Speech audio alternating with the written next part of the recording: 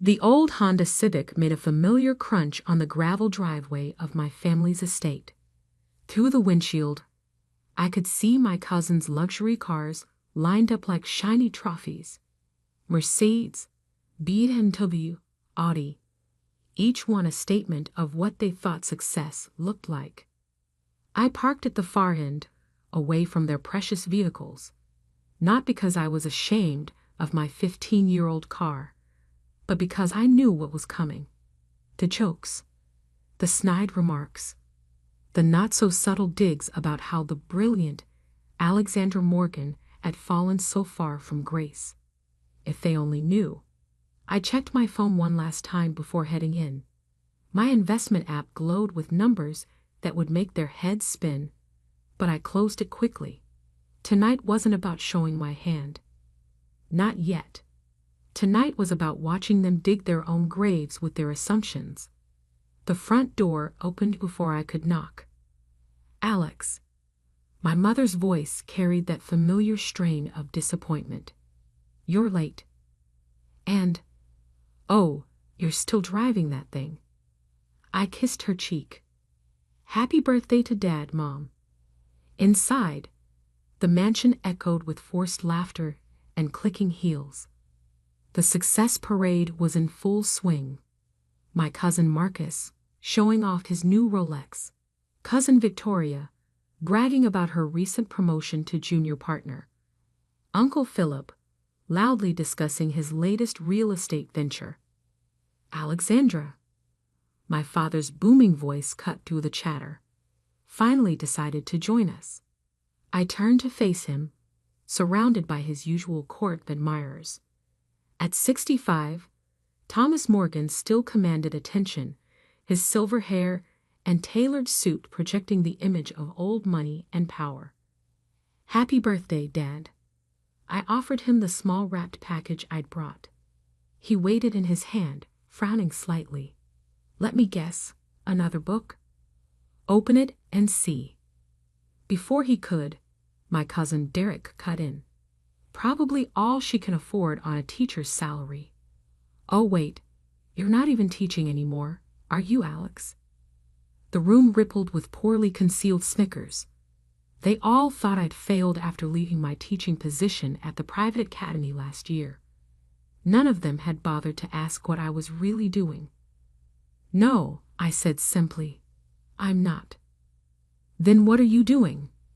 Victoria chimed in, wine glass dangling from her manicured fingers. "Besides driving that embarrassing car?" I smiled. "Investment management." Derek laughed out loud. "Right, because someone's really going to trust their money to a failed teacher who can't even afford a new car." My father unwrapped his gift, a first edition of his favorite classic novel, and set it aside without comment. "Alexandra, perhaps it's time to be realistic. Your Uncle Phillip could use someone in his office. Basic admin work, but it's a start." "Thanks." I cut him off. "But I'm doing fine."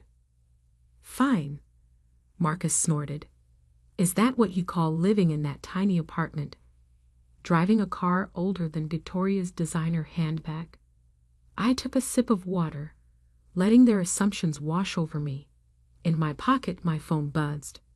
Probably another alert about one of my investments hitting its target. I had 37 companies in my portfolio now, most of them quietly acquired through the private equity firm I'd built from scratch after leaving teaching.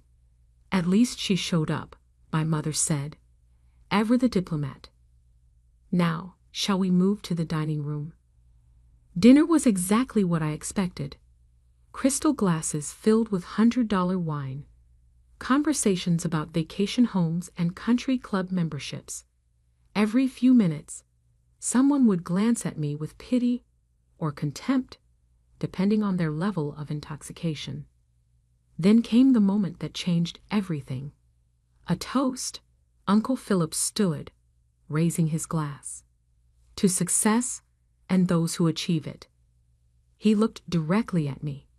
"And to those who, well, we can all be winners Can we?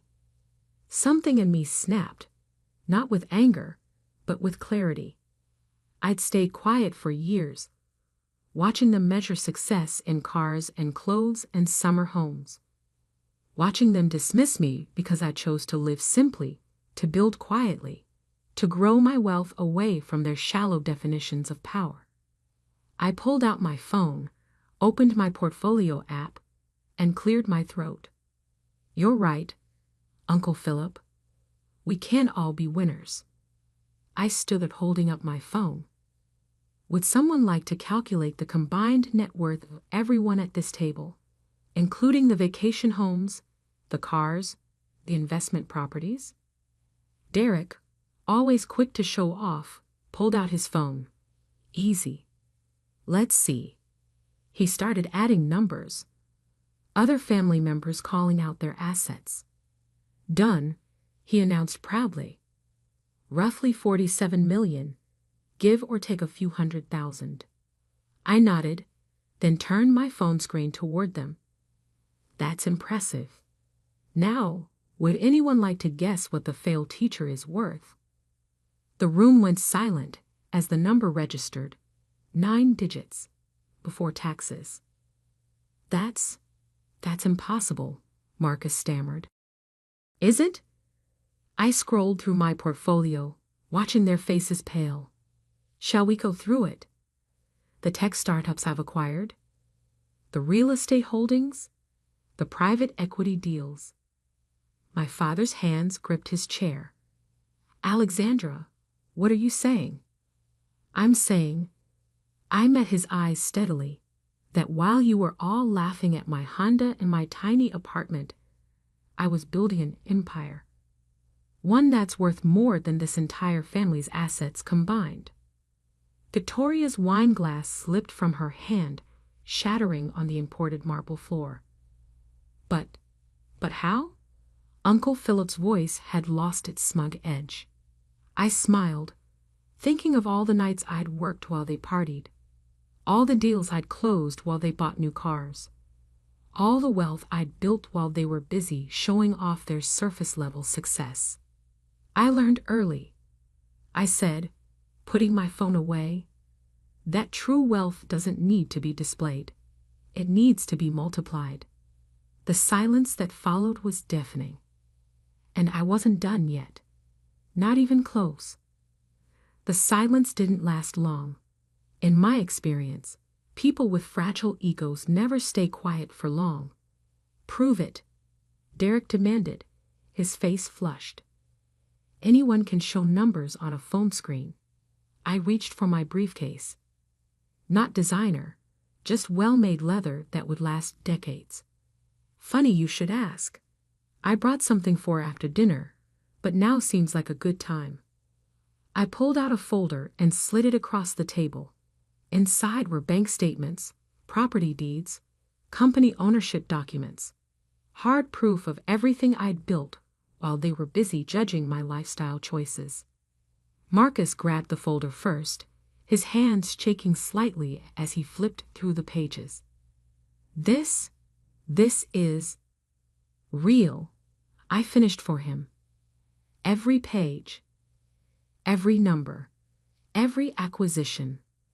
Victoria leaned over his shoulder, her perfect makeup unable to hide her growing pallor. Morgan Global Ventures. That's you? I nodded, among others. The name clearly meant something to her. It should. My company had recently acquired the private equity firm where she'd been desperately trying to make partner. She just hadn't connected the dots yet. But you were teaching, my mother whispered. All those years. I was teaching, I agreed, and learning, and investing. Did you know you can learn a lot about business potential by teaching the children of CEOs and tech founders? I smiled. They talk about their parents' companies, their innovations, their blind spots. My father hadn't moved, hadn't touched the documents. He just stared at me like he was seeing a stranger. Why keep it secret? He finally asked. Why drive that car? Live in that apartment? Because I leaned back in my chair. Success isn't about showing off. It's about building something sustainable, something real. Uncle Phillip scoffed, trying to regain his composure. Real? You've been deceiving your family for years. No, I corrected him. I've been working while you've been posturing. There's a difference. I pulled out another document. This one made several people at the table gasp. For example, I continued, did you know that 3 months ago, when your development company was quietly looking for investors to avoid bankruptcy, Uncle Phillip, I was the one who bought your debt? His face went from red to white in seconds. That's not? You couldn't. Through a subsidiary, of course, I added. I didn't want the Morgan name attached until the right moment, which apparently is now. The room erupted. Victoria started crying, probably realizing her career was now in my hands. Marcus was frantically Googling my companies on his phone. Derek just sat there, his expensive watch suddenly looking very cheap. My mother touched my father's arm. Thomas. But he held up his hand, silencing her. His eyes never left my face. How long? He asked. How long have you been planning this? Planning? I shook my head. Dad, I wasn't planning anything except building something meaningful. You're the ones who turned it into a competition, who measured success by what you could show off. I stood up, gathering my things. And now, if you'll excuse me, I have an early meeting tomorrow. Acquiring companies takes time, you know. Wait, Victoria suddenly spoke up. The firm, my firm, are you going to fire you? I finished her thought. No, Victoria. Unlike some people in this room, I don't measure my worth by how many others I can push down. I paused. But I will be watching. Merit matters in my companies, not family names. As I turned to leave, my father's voice stopped me. The book, he said quietly. The first edition. How much did it really cost? I turned back. More than your house, Dad. I bought it because I remembered you reading it to me when I was little, before success became more important than stories. For the first time in years, I saw something crack in his perfect facade. The Honda, he said. Why keep driving it? Because it works, I replied simply. And because every time you all laughed at it, every time you judged me for it, you showed me exactly who you were. It was the best market research I could have asked for. I walked to the door, then stopped one last time. Oh, and Uncle Phillip, about your development company. The board meeting is on Monday. I suggest you prepare for some changes. The drive home in my trusty Honda was peaceful, as I pulled into my apartment's parking lot. Yes, I still lived in the modest apartment, despite being able to buy the entire building. My phone buzzed with messages. Family members suddenly wanting to catch up. Cousins asking about job opportunities. My mother begging me to come back and explain everything. I ignored them all, because tomorrow wasn't about family drama. Tomorrow was about the 3 company acquisitions I had planned, the new tech startup I was funding, and the educational foundation I was launching, the one that would help other failures like me build their own empires. Let them stew in their shock. Let them realize that while they were buying status symbols, I was buying actual symbols of success, companies, innovations, opportunities. They thought tonight was the big reveal. They had no idea what was coming next. The morning after my father's birthday dinner, I sat in my office on the top floor of an unmarked building in downtown Manhattan. No company logo on the door. No flashy signage. Just quiet power. the way I liked it. My assistant, Sarah, walked in with my morning coffee. Unlike my family's pretentious tastes, I preferred simple dark roast in a plain ceramic mug. "Your father is in the lobby," she said, not bothering to hide her surprise. "He's been there since we opened." I checked my watch. 7:30 a.m. How long? "Security says he arrived at 6. I smiled slightly. Thomas Morgan, waiting for anyone, let alone for an hour and a half. That was new. "Send him up in 10 minutes, I said, turning to my computer to finish what I was doing. When he walked in, he looked different. The perfect suit was still there, but something had changed. The aristocratic posture was gone, replaced by something almost humble. "Alexandra." He stood awkwardly, like he didn't know whether to sit or stay standing. "This is quite an office." I gestured to a chair. "What can I do for you, Dad?" He sat, looking around at the minimalist decor. No awards on the walls, no fancy artwork, just clean lines and clear purpose. "Your mother is. We're all—" He struggled with the words. "Yesterday was quite a shock." I imagine it was. He pulled out his phone, handed it to me. On the screen was an article from this morning's Wall Street Journal. "Morgan Global Ventures acquires tech giant for $2.1 billion. "Ah," I said. "That wasn't supposed to be announced until market open." "The Morgan in the company name," he said quietly. "That's really you?" "Yes. Why didn't you ever tell us?" "Tell me?" I leaned back in my chair, studying him. "Would you have listened? Really listened? Or would you have tried to take control, like you did with everything else?" He flinched. "I only wanted the best for me," I finished. "No, Dad. You wanted what looked best to others. There's a difference." Silence fell between us. Through the floor-to-ceiling windows, the city was coming alive, unaware of the drama playing out in this quiet office. "Your uncle, Phillip, is worried," he finally said. "He should be."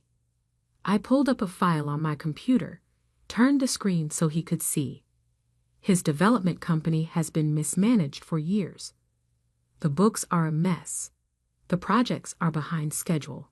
And the investors— I paused. "Well, let's just say I'm not the only one who's noticed." "You're going to take it from him?" "No," I said firmly. "I'm going to fix it. Whether he stays or goes depends entirely on him. Like I said last night, merit matters." My father was quiet for a long moment. Then the Honda. I actually laughed. "Still stuck on that, aren't you? Tell me, Dad, what's worth more? A car that gets me where I need to go, or the 3 tech startups I bought instead of wasting money on a status symbol?" He had no answer for that. My phone buzzed. The market was opening. Time to watch my latest acquisition's stock price respond to the news. "I have work to do," I said, standing. "Was there anything else?" He stood too, straightening his tie. "A nervous habit I remember from childhood. Your mother wants to have dinner. The whole family.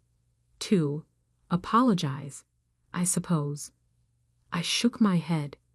"I'm not interested in apologies, Dad. I'm interested in understanding. Do they understand now that success isn't about what you show, but what you build? Do they understand that their mockery, their judgment, their constant competition for status, that it all means nothing in the real world of business?" "I don't know," he admitted, "but I'm starting to." As if on cue, my phone lit up with a notification. The stock price of my new acquisition was soaring. Another quiet victory. "I'll think about dinner," I said finally. "But first, I have a company to run. Actually, several companies. After he left, Sarah came in with an update. The board of Phillip's company is requesting an emergency meeting. Victoria left 3 messages about her position at the firm, and your mother sent flowers. I smiled. The flowers? I had them sent to the children's hospital, as per your standing instructions. Good. I turned back to my work. And Sarah?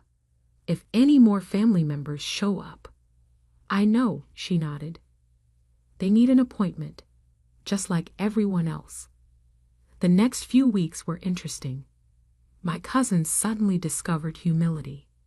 Uncle Phillip agreed to step down and let professional management take over his company. Victoria actually started doing her job instead of relying on her name. And my father, well, he did something I never expected. He sold his Bentley and bought a Toyota. When I asked him why, he said something that actually made me proud. Because I finally realized that what you drive doesn't matter nearly as much as where you're going. 6 months later, I hosted a family dinner. Not at a fancy restaurant, but at my still modest apartment. They came, all of them, dressed more simply than I'd ever seen them. Over simple homemade pasta. Yes, I cook. My mother finally asked the question I'd been waiting for. How did you do it, Alexandra? Really? I looked around at their faces, no longer smug, no longer judging, just genuinely curious. I watched. I said. I learned. I stayed quiet and built something real while you were all busy building appearances. I took a sip of wine, not $100 bottles, just good wine that I actually enjoyed. And most importantly, I never confused having money with having worth. Victoria, who'd recently earned an actual promotion based on merit, nodded. You taught us all something, Alex, even if we didn't want to learn it. I smiled. That's what teachers do best. Later that night, after everyone had left, I stood at my window, looking out at the city. My phone buzzed with another alert. Another successful acquisition, another quiet victory. But this time, I didn't need to prove anything to anyone, because true success isn't about proving your worth to others. It's about proving it to yourself. And I'd done that, one silent victory at a time, in a Honda Civic that had carried me further than all their luxury cars combined.